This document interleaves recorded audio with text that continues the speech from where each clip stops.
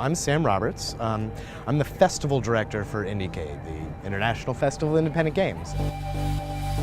We are a giant festival where we promote, share, talk about, and celebrate independent development. And that doesn't just mean video games. That means games of all kinds and types. Tabletop games, games we play running around on our feet, games we play on computers, games on mobile devices, social play, party games. All of this kind of stuff is what we're here to celebrate and share and build a community around.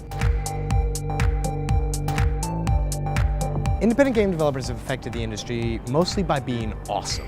And what I mean when I say that is that if you look around even here, we have most of the major industry publishers represented, a lot of other game companies represented, and even like 5 or 6 years ago, you would have seen a lot of pushback from the community about this involvement. And that pushback is not because indies are indie till they die or because they're suspicious of everybody. It's because publishers and consoles and a lot of these big companies did not treat developers very well for a very long time.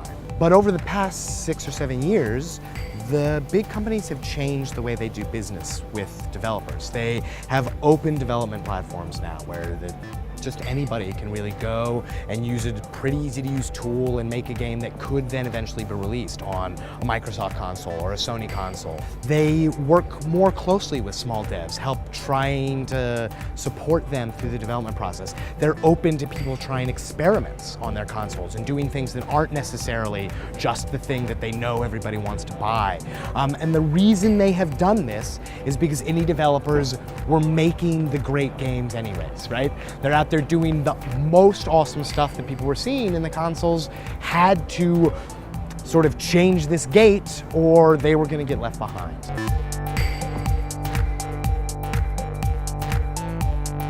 Games are a very human thing that we all engage with and have. But the future that I want and that I see as possible and that I see as really important is I see a future where independent developers build these communities around themselves of the people who love the thing that that independent developer does. And what that does is it means that the independent developers no longer worried about making something that everybody wants to do. They can make the thing that is really interesting to them and their community.